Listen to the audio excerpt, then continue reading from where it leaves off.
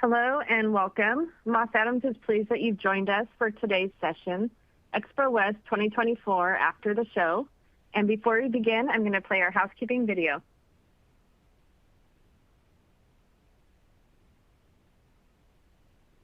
Welcome, and thank you for viewing our webcast series. Before we begin, please keep the following in mind. You can customize how you view our presentation and interact with the presenter.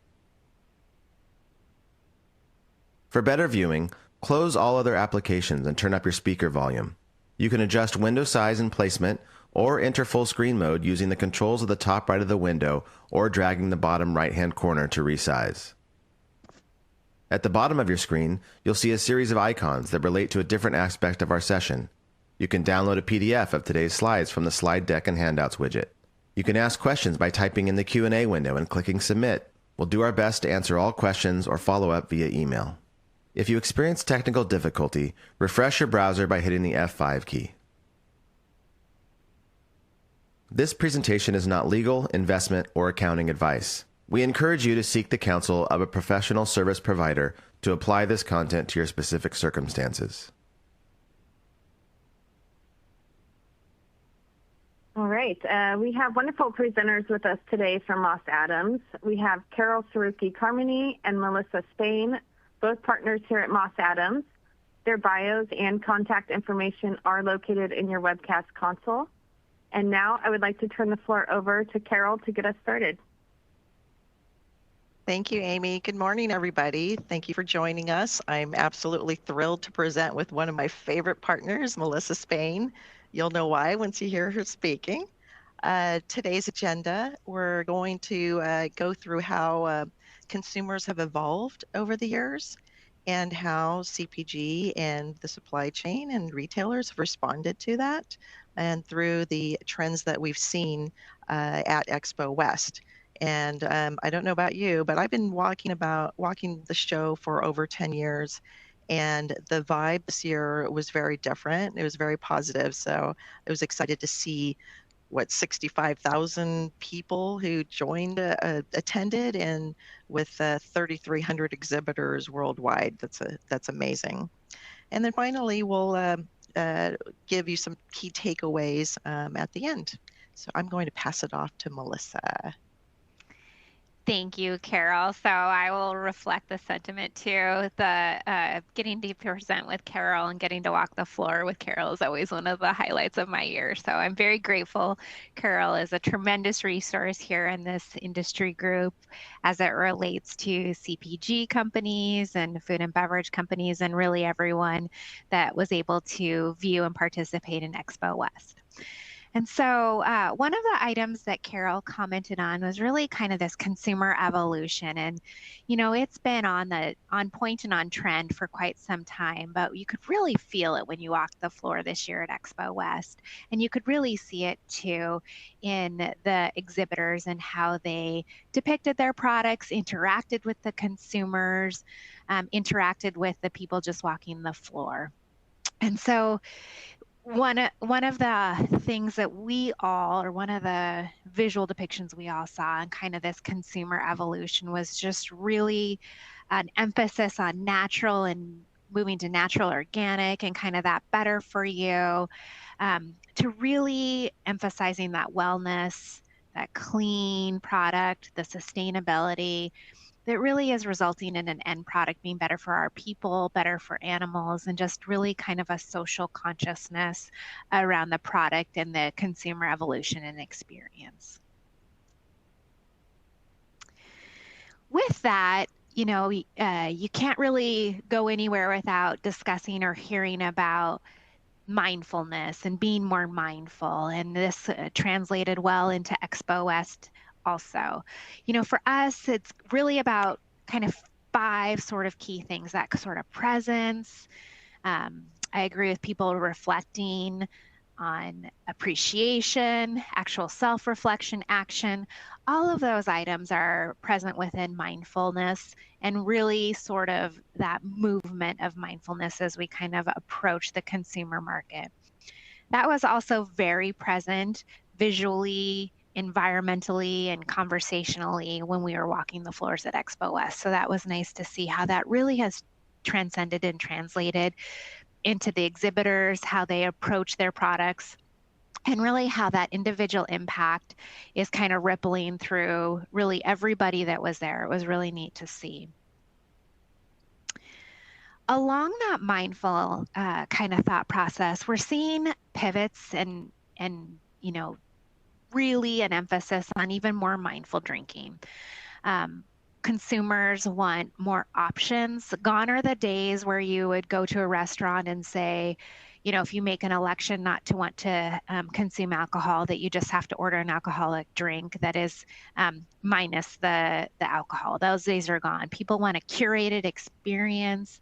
They want really flavorful mocktails or non-alcoholic drinks, or even drinks with less alcohol in them. And that's really kind of a huge rising trend in the CPG category that we really saw present. And so it was really neat to see water brands even. It's Just Water continues to evolve. Many companies there having a variety of a curated experience, even as it's specific to water. Excuse me. Most of the consumers who were interested in what I would say more mindful drinking or non-alcoholic options, it's not that they are they don't drink at all. They just want to cut back, or they want to have more tasteful, curated options. Many people are choosing a little bit more of a healthy lifestyle, and so drinking and cutting back. They want to still have that experience, that taste experience, but maybe not necessarily partake in alcohol all the time when they do that. So it was really kind of neat to see at ExpoWest that translated to many of the exhibitors. Mocktails, as we talked about just recently, it's a little bit more now than just going and saying, I would like a margarita without tequila. It's much more curated, targeted. There's also mind boosting or mood boosting drinks. A lot of the celebrities are getting involved in kind of pushing and being interested in the mocktail evolution as well too. So a lot more to come, not just at your local restaurants, but also hopefully in your local supermarkets, and options available to you online as well too. So it was neat to see those trends really manifest themselves as you're walking the floor. And Carol, want to talk more about some vegetables? Yes, from a mindful standpoint, it's people are mindful about what they put into their bodies. And I saw at the show more companies really talking about vegetables and how to incorporate more of that into one's diet. And so we saw a lot of surge in vegetable forward products. The one thing that I saw about food waste is using ugly vegetables and incorporating it into potato chips, or I should say chips, and really looking at that as a way to reduce that waste.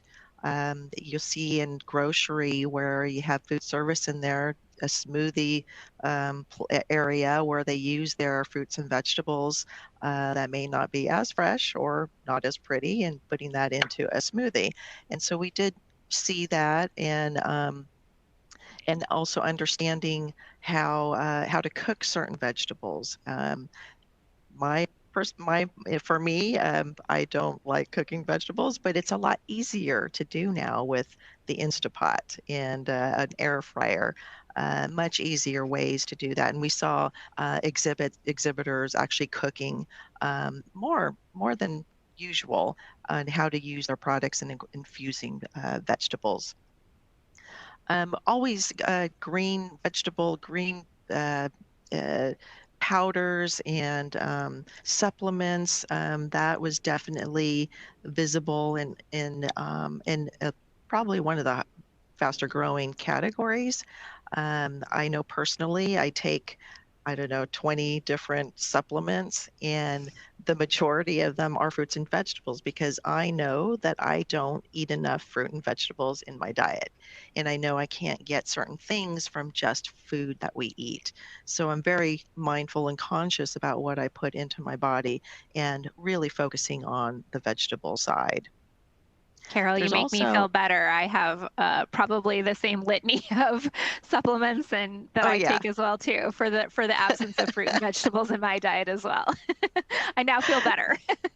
oh yeah, absolutely. But I think as women too, we have to look at that because we don't eat Hmm. enough, and we can't get those nutrients just by eating food. So we do have to go towards the supplements and also the drinks, the smoothies that incorporate some of those powders.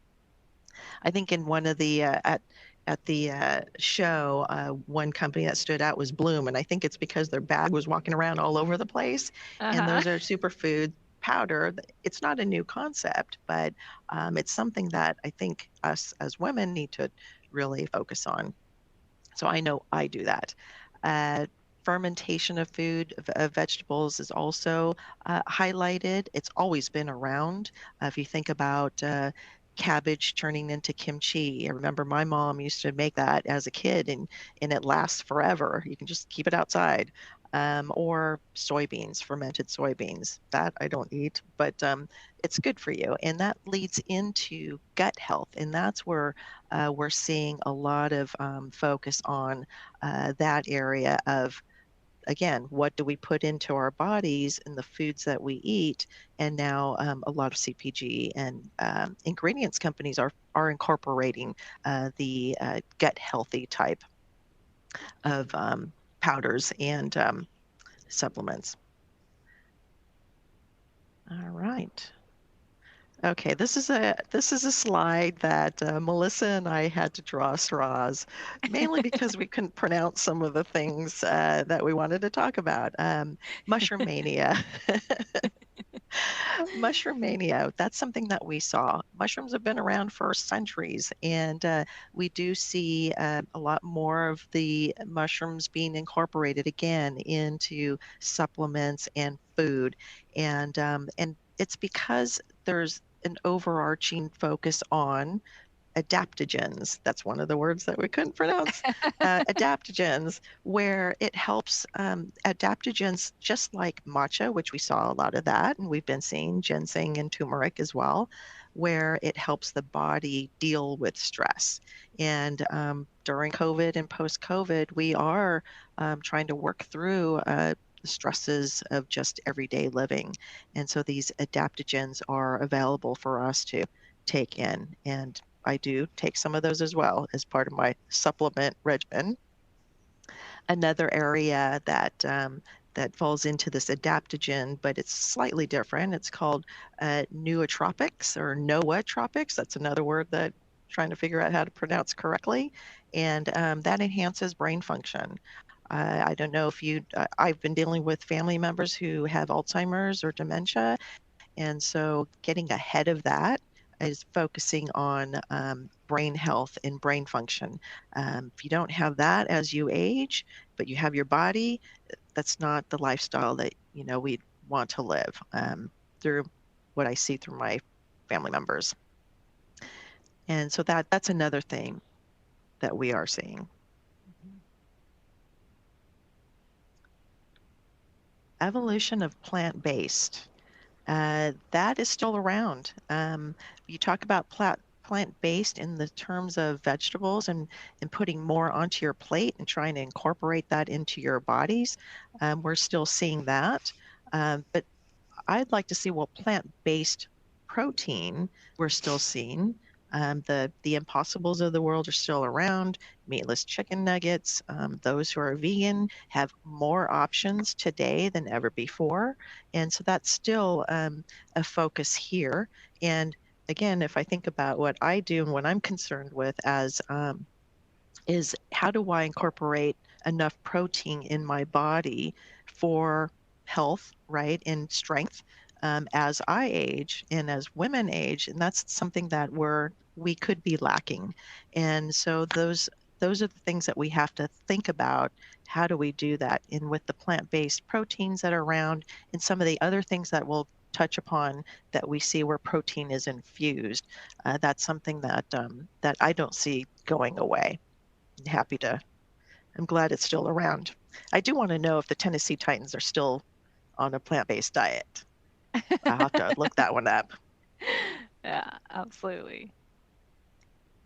All right, Melissa, back to you.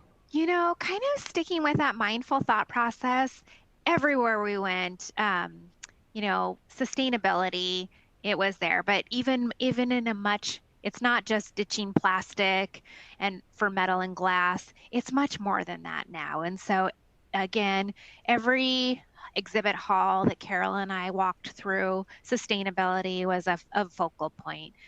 You know, and we're seeing it in packaging. We're seeing it in how products come to market, for instance.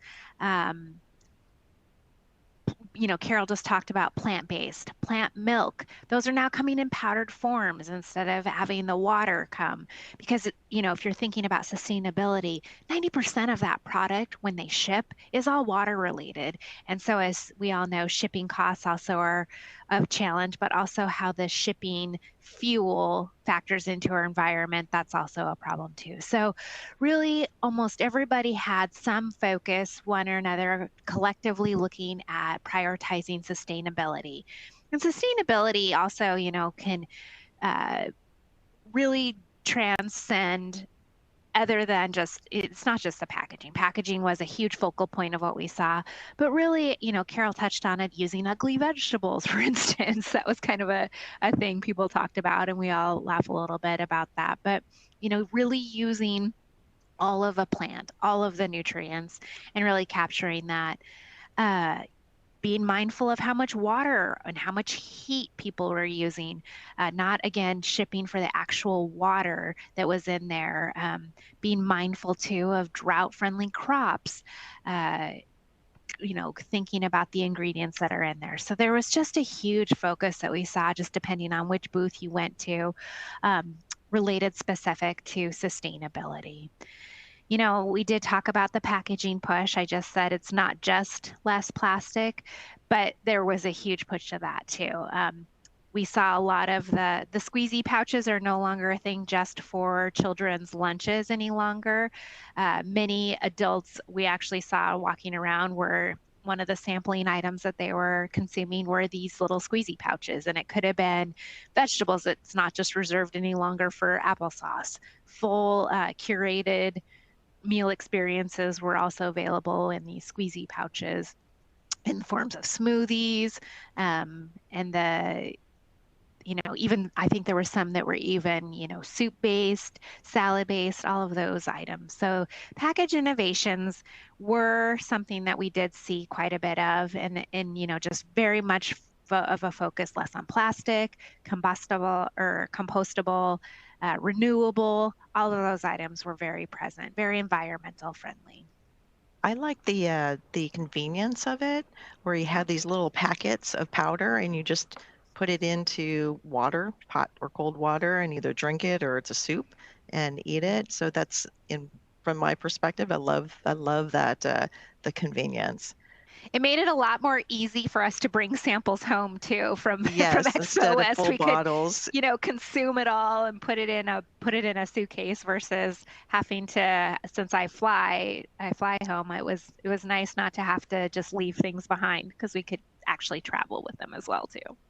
Exactly, and you're seeing more and more CPG really adopt that. I saw Sunkist where they had it was hydration in little powders, so fruit powders, I think.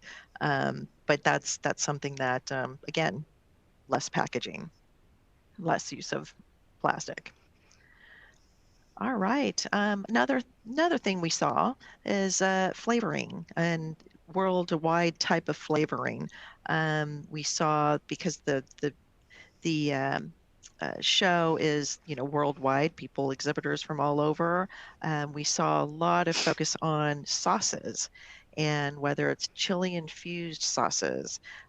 We saw barbecue sauces from a grandmother's recipe. That's Bachman's Barbecue. I'm sure you saw that. And things like Fly by Jing. There's these flavor profiles that you can put into a stir fry of vegetables, something healthy, and truffle oil infused. Sauce Ventures and Truff, they do that. And other Asian flavors as well. So soup dumplings, we saw a lot of those in certain areas, and those are very good. I also saw jalapeno as a infused spice into snacks, like those chips or the puff chips, into oils, and also beverages. There's one beverage I had, I think it was Delicaye. It was a watermelon jalapeno water. It was fabulous. It was very good. I love jalapeno. So I I think, love too with how it's not just about the heat anymore. It's also about the flavor, some it's of the flavor. it's the flavor that they're capturing too, not just the heat. So it's been kind of neat to see that. Great point. Yes, absolutely. And it was very good. Every one that I tried, very good. And with social media and the reach that we have, um, we can see through we can see how to cook these and see different flavors from different countries. So that's something that I'm excited to see more of in the future. All right. So this was one of the kind of the sampling connection. So, you go to Expo West, you definitely don't eat before you go because you're expecting to load up on samples, and I certainly did as we went through, and that's really part of the fun. This year, there was more of a focus from the exhibitors on really the connection with the consumers or the folks walking the floor. So you saw they kind of set it up in a neat way. Even as you're walking into Expo West, and all of you who are there, it sure is a thing. There's quite a bit of walking that goes on. But even before you got into the multitude of the exhibit halls, there would be large like food trucks set out where you could sample those items too. So that was neat. It was fun to see. But there was also a lot of options when you were sampling. It was no longer kind of here's our 3 top sellers. A lot of new releases. This hasn't hit the market yet, but try this product. And then there was even more of kind of that experience where, so I got to partake. There's at the Oscars You had when an you're walking Oscar moment. I had an Oscar moment. Yes, one of the exhibitors to get a sample, you got to go on their Oscar like 360-degree spinny thing. So that was kind of fun too. So there was just a lot more interaction, people pulling you in. A lot of exhibitors brought their key teams with them that could not only talk about all the products, but just really engage with you so you kind of got that experience, that consumer experience, even as someone who was just walking the floor. So there was a lot of really great creative sampling items out there. I really liked the large kind of food truck idea. I loved the Oscar moment. That was kind of fun, but just it really sparked conversation where people are able to tell their story. And that was another thing I noticed is people really wanted to tell their story about their products. It's no longer just I'm making the best X, Y, and Z bar or this, but they wanted to tell the background, the story, and kind of really connect with the community in that regard as well too. So there was just much more of a relationship type of a feel, conversational type feel. And I think that's going to translate, to the end user consumer. People want to tell their stories. Our consumers want to know too, where did this product come from? What was the, ideology around it? How they want to know more. They don't want to just be a smart consumer from a nutritional perspective, but they really want to understand where their products are coming from. So there's just more engagement. And it was really neat to see that. We saw that kind of translate even just in the sampling process. And again, I was incredibly full. No need to eat meals when you go to Expo West because there's so many good products to sample, really good flavors, and it's a lot of fun. People love to tell their stories about all of those items as well too. So that was kind of a fun end user experience. And Melissa, when you talk about stories, what a company that comes to mind that had that story and the drive and the successes from that, I always think about Madeline and Jeff Hayden from Nut Pods. She had a vision and she went for it, and she had the story and being, lactose intolerant, which many of us are, and being kind of tip of the spear of the non-dairy category in the creamers. So that just resonates, and it resonated with me as a consumer. Yeah, and absolutely. As far as building relationships, usually in prior years I've been able to walk the entire show This year, and this is where I think the vibe was different, where the focus was connecting with the consumer. And so that part is what I saw as a benefit, where I couldn't walk the entire show because I was having these conversations, whether it be our clients or new companies that I wanted to hear more. Absolutely. I had a challenge too. I think I spent 3.5 or 4 hours just in one hall for that same reason. It was kind of crazy. Right. And it was great. But I spent a great deal more of time just in one little hall. Not little, none of them were little for that reason. It was fun though. Some of the key takeaways that we covered the mindfulness and kind of really more that movement of the better for you, both beverage and food, and the loyalty, and everybody wants to know what the companies and the food is standing for, and that consumer experience, and that really just translated really well throughout all the exhibitors, and it just the end consumer is going to have a really nice experience with all these brands coming out and selling the product. And so because they all are seeming to focus on that, whether it be sustainability, whether it be the nutritional density that they put in their products, those focuses were pretty prevalent that we saw as we were walking the expo floor. And it was neat. It had a little bit of a different feel and much more personalized to the end consumer, each one of these, products. And within the food industry, the CPG industry. It was just really neat to see all that. So a lot to come that we're all very excited for. All right, we're in the last slide in the channel disruptions. It's a positive that we have products that have been around for a long time and maybe a little bit sleepy and maybe not as healthy. And then you have these disruptors come in and change it. I talked about earlier just having that story, and then I talked about protein, snacks with infused protein. It's wonderful, especially when I'm thinking about how do I get more protein into my diet. So you have like the Lenny and Larry's that have protein in their cookies and for performance, and you have Pop-Tarts. Remember Pop-Tarts? Grew up on it. And now we have a company, Legendary Foods, that created a Pop-Tart that has protein in it. And absolutely. Craziness. And then you have chips infused with protein. I am a chips person. So the protein added into a chip, and the one that Legendary Foods has is actually really good and filling, which is a good thing. So we're seeing that as a positive. There's so many different disruptions that occurred, including COVID and e-commerce. That was a disruption to everybody else.